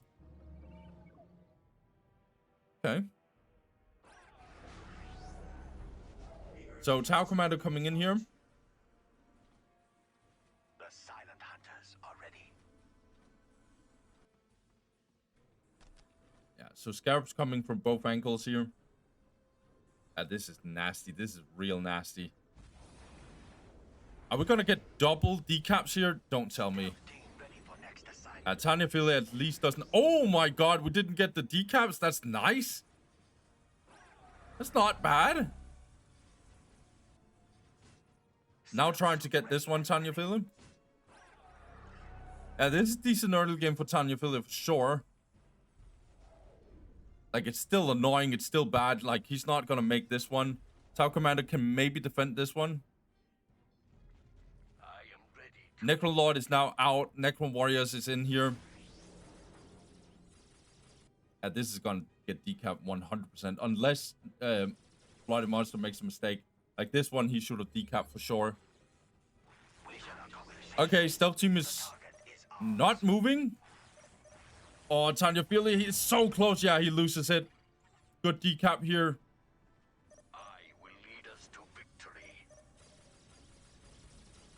Tanyaphilia just doesn't have the resources right now to actually get this one. Now he builds it. That's good.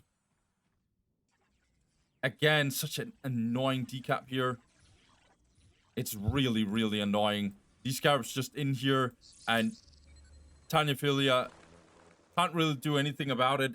Now going in here with the Vespids, he can actually do a little bit of a counterattack here. I'm not sure what Tanyaphilia is doing. Okay, he's going in here. Okay, but Necrolord is already here. Oh, this is so annoying for Tanyaphilia. He needs to decap that. Oh, he doesn't decap it in time. Oh my god, that's nasty. That's real nasty. And Tanyaphilia just can't destroy this plasma generator in time. This is so... Oh my god, he's... No, this is bad. This is really, really bad. Oh my god, we already have a GG. God damn. It's not the fastest game, guys. It's not the fastest game we've had so far, but this was just brutal. Did Tanyaphilia lose every single one of his stealth teams? I think he did. No, I think he still had that guy down here. Yeah. But he lost 2 stealth teams. He didn't decap this entire... Oh my god. This is so brutal. This was so brutal. This matchup is horrible, but yeah. This is nasty. I'm kind of sad we're ending on this note. But then again, it is what it is. This is such a brutal matchup. I don't know what the hell I'm supposed to say. I'll just say GG. I'll just say GG. Well played to BloodyMonster. Too many mistakes from Tanyaphilia, and if you make mistakes in this matchup, GG. Like, that's it. GG. If you expect this Scarab Rush, I think, like, you basically have to go, like, Cruise and Vespids. But yeah, well played to BloodyMonster. He obviously moves on. He's gonna meet Frenetic. Interesting matchup. Tanyaphilia is gonna go down in losers bracket. So yeah, that's it, guys. I'm just gonna wrap this one up. Thank you guys for watching. Your support has been absolutely amazing for this project. It takes a lot of time with these tournament casts, so I appreciate all the support you guys are giving. I really F for that. So guys, thank you for watching. Have a good one. Peace.